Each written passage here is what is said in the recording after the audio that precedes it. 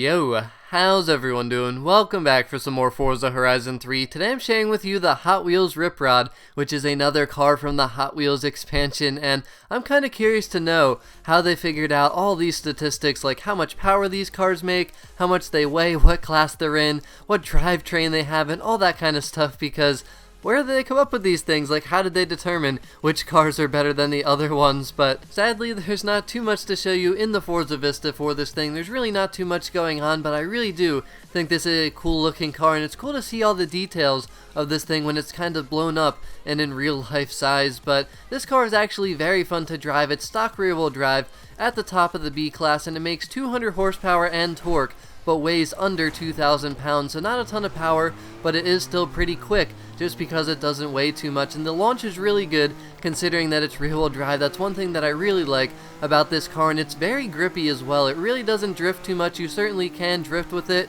if you really try to, but if you're trying to keep the car glued to the plastic, I guess we're gonna say, I mean, it certainly will stay glued to the plastic, so there aren't really too many performance upgrades for this car either. There's a few things you can do, but what the car is stock is pretty much where I would keep it, because it's at the top of the B class, and I don't think it'll even get to the top of the A class, so it's best to keep it where it's at stock, and overall it performs pretty well. The acceleration is good. I think the braking and the handling are very good as well. This car is very responsive, but the thing is, versus very sharp bends, this thing pretty much just goes straight into the walls. You really got to slow down. It will not make turns that are very sharp if you're going fast, but the normal kind of bends this car can handle very well. And the only real issue with this car, the bad thing about it, is the top speed is only like 130, but the thing is, when you're racing in the Hot Wheels tracks, it really doesn't matter because you get the speed boost, which this car can go 200 miles per hour with the speed boost if you hit them right and if you shift up and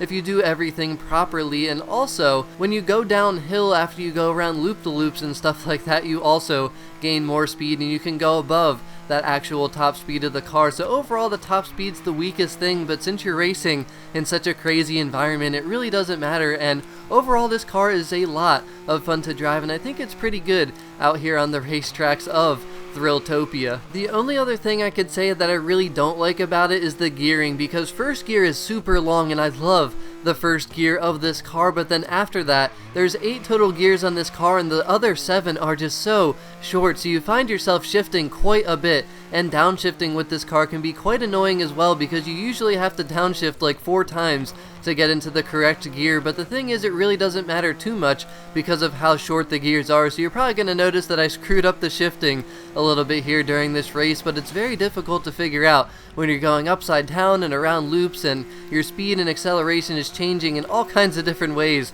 going around these crazy racetracks. So the car feels pretty good to drive overall, but it does take a lot of getting used to. And overall, though, I really like it. I think it looks really cool. I love the details of it, and geez, that Travatar just flew way over top of me, but I really enjoyed racing this thing. This circuit race was a ton of fun. Another B-class race, but I really hope that you enjoyed this video. As always, thank you very much for watching. Let me know what you think about this Rip Rod, but have a wonderful rest of your day, and I'll talk to y'all again very soon.